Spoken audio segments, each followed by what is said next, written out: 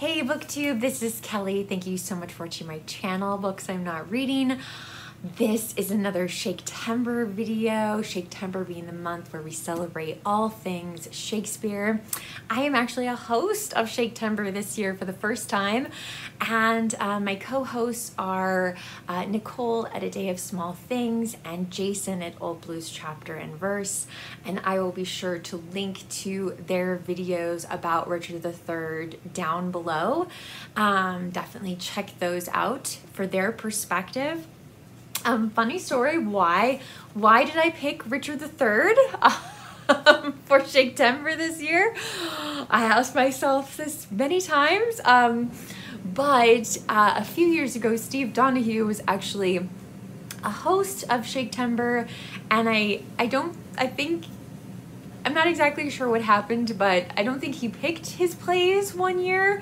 I think someone else picked them for him, but he had Richard II, and I still, just plain as day, remember him talking about Richard II as being the less interesting of Shakespeare's Richard III being more interesting, and that just stayed in my mind, and so I'm like, let's read Richard III, which is technically a history play, but is also a tragedy. So just for some historical context, okay? So Richard III was a real person. He lived from 1452 to 1485, so he died in his 30s. He was the King of England from 1483 to 1485. And on a more recent note, his body was found in 2012. They didn't know where Richard had been buried. And anyway, I hope to make a video a little bit more about, are the history plays history, which they are not. We must understand that, this is fiction. And so I'd like to talk a little bit about some of the liberties that Shakespeare takes with history, but I think he always does it for a reason. So again, Richard III dies in 1485 at the Battle of Bosworth against Richmond, who is going to become Henry VII, a Tudor king. It's real sketchy, as with many things with Shakespeare, when it was first performed or written. Maybe 1592, maybe 1594. One of the things I will say that is really helpful to have when you're reading Richard III is a family tree. Because there's a lot of Richards, there's a lot of Duke of Yorks, and there's a lot of Edwards, a lot of Henrys. It just gets complicated. So there was a good one in this edition, and also for those of you, I know many of you own this beast, the complete works of Shakespeare from the Royal Shakespeare Company. At the very, very back of this, if you haven't checked it out, there is a whole thing kind of about the War of the Roses, which Richard III is the end of the War of the Roses. But it will tell you what plays the different kings and queens, like where do they appear, and how are they all like related to each other and that sort of thing. So it's way at the back of the book, but I found that to be really, really interesting. And of course, in a perfect world, we would have read Henry VI parts 1, 2, and 3 before reading Richard III, but I am now much more curious to read those because Richard III is in Henry VI parts 2 and part 3. And I think in part 3 he has the longest soliloquy in all of Shakespeare. And this play is actually Shakespeare's second longest play after Hamlet. So it is a bit of a beast. There were 6 quartos, again, quartos being just, I heard one booktuber, and I can't remember his name, I'll link to his channel down below, but he described them in his Shakespeare Journey tag as the quartos being like ephemera, like how we might view mass market paperbacks today or something like that. They weren't held on to. Anyway, so there were 6 different versions of Richard III before the first folio in 1623. I've been trying to think of how to provide a concise synopsis of Richard III for you. and there's just no way. This play is an explosion of words. The only thing I can think to compare it to is Hamlet, in that sense that there is just so many layers to what's being said. It's essentially about a real historical person, although this is not that person, who is pretending all the time, who is acting all of the time in order to become king of England. And, he pretends to be really holy and devout. Oh no, I can't take the crown, that sort of thing.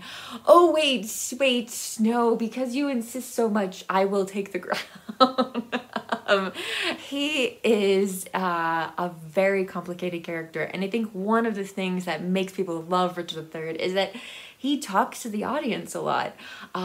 He kind of makes us feel as though he's bringing us into his villainous plans, and he is a villain, which he says very early on in the play. And in the first opening soliloquy, he makes it very clear that he is a bad guy. And part of me thinks that, regardless of historical constraints, that Shakespeare kind of enjoyed writing a really bad guy. I think it would be fun as a writer to do that. So, but he does not become king in this play until Act 4, Scene 2. And so this is about his rise to power, which is very short-lived because there's 5 acts, and so he does get killed on the Battle of Bosworth. The following act by Richmond. I think what troubled me the most about reading the play, in 1699, and I have talked about this a little bit before, but in 1699, an actor, and I'm just gonna put his name down below because I don't know how to say it. I'm sure I'm botching it every single time. He rewrote Richard III. Not only did he make cuts, which I understand. I understand directors have to make decisions. All the film adaptations, all of the, anytime we see Shakespeare performed, probably like some things are left out.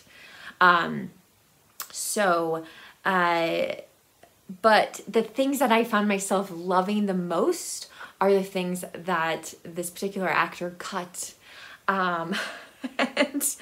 And Laurence Olivier made a film of Richard III in 1955, a very famous film adaptation, and made a lot of the same choices. And then even the film adaptation with Ian McKellen, a lot of these edited versions start with the end of Henry VI Part 3 instead of this great speech that Richard has at the beginning. I wanted to talk about, like, in a lot of versions, what's on the cutting room floor that we never get to see that's fantastic. And the first thing I have to talk is about Queen Margaret, who actually wasn't even alive at the time of the events taking place in the play. But she had been married to Henry VI, who was killed, and she comes to see all these people and essentially goes around the room and curses them. And of course she saves some of her most hateful lines to Richard. So Richard says after she has this huge long speech, Richard says, "Have done thy charm, thou hateful withered hag." And she responds, "And leave out thee? Stay, dog, for thou shalt hear me, if heaven have any grievous plague in store, exceeding those that I can wish upon thee. Oh, let them keep it till thy sins be ripe, and then hurl down their indignation on thee, the troubler of the poor world's peace. The worm of consciousness still begnaw thy soul, thy friends suspect for traitors while thou livest, and take deep traitors for thy dearest friends. No sleep close up that deadly eye of thine, unless it be whilst some tormenting dream affrights thee with a hell of ugly devils, thou elvish marked, abortive, rooting hog, thou that was sealed in thy nativity, the slave of nature and the son of hell, thou slander of thy mother's heavy womb, thou loathed issue of thy father's loins, thou rag of honor, thou detested.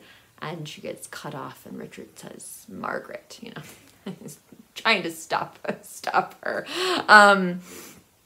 But it really reminded me, I saw Aaron Facer, and I'll link to his video down below, but he did the Shakespeare Journey tag, and he was talking about Beatrice's lines relating to her kinswoman's being so slandered publicly, and she says, "Oh, that I were a man, I would eat his heart in the marketplace."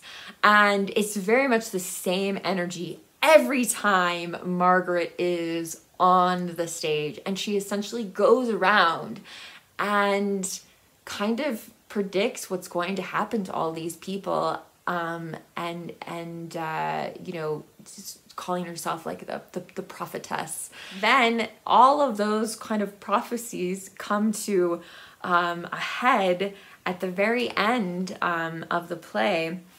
So it seems like this is a difficult scene to stage, because Richmond, you know, the good guy, is on one side of the stage in his tent, and Richard is on the other side of the stage in his tent.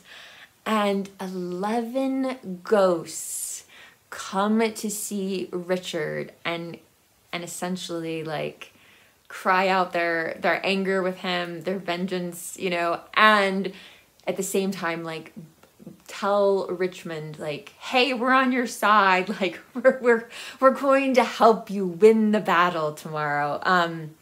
And again, so in the play, it's 11 ghosts, but the actor I mentioned before, and I think Olivier as well, like cut it down to 4.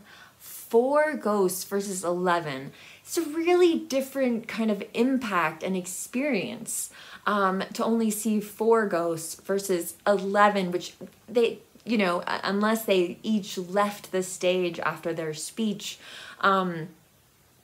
the stage would be crowded with them, right? So this is some of the ghosts, the two young princes that Richard killed in the tower. No, I don't believe that he actually killed them in the tower, but anyway, whatever. So the 2 young princes come on, and the ghosts say to Richard, "Dream on thy cousins smothered in the tower. Let us be led within thy bosom, Richard, and weigh thee down to ruin, shame, and death. Thy nephew's souls bid thee despair and die. Sleep, Richmond, sleep in peace and wake in joy. Good angels guard thee from the boar's annoy. Live and beget a happy race of kings. Edward's unhappy sons do bid thee flourish." So that's just one of the speeches, but I loved those. I loved the, you know, and of course when Richard wakes up, he's all freaked out about, like, you know, seeing all these ghosts, and and Richmond wakes up and he's refreshed and he's, you know, just gotten like the best night of sleep in his life, and he feels ready to go and win, which he does. He does win. Obviously the experience of seeing Shakespeare is something in its own, is something, just the way it was meant to be seen. But when we read it, you know, we don't have to make any editing decisions. I certainly don't want anybody adding anything to Shakespeare. That really upsets me. It really torques me off. So anyway, so those are just a few thoughts I have on Richard III. Believe me, we could read this play every Shakespeare. I'm sure we're not going to, but there would still be plenty to say. So I do hope, like I said, that I will have another video this week about you know, Shakespeare's Liberty with History and the real, a little bit more about the real Richard III. But at any rate, I would love to know if you've read Richard III or if you've seen Richard III. Like, what do you think? What do you think of Richard as a character? Or what do you think of Margaret?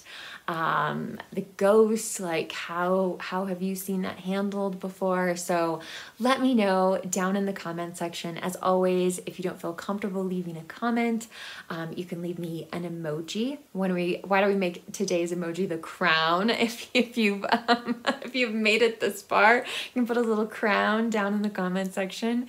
And yeah, if you don't feel comfortable leaving an emoji, you can always give this video a thumbs up. It's just a way of saying like hello. So BookTube, thank you so much for watching. BookTube, remember to be kind to yourself, be kind to others, and I'll be back soon with another video.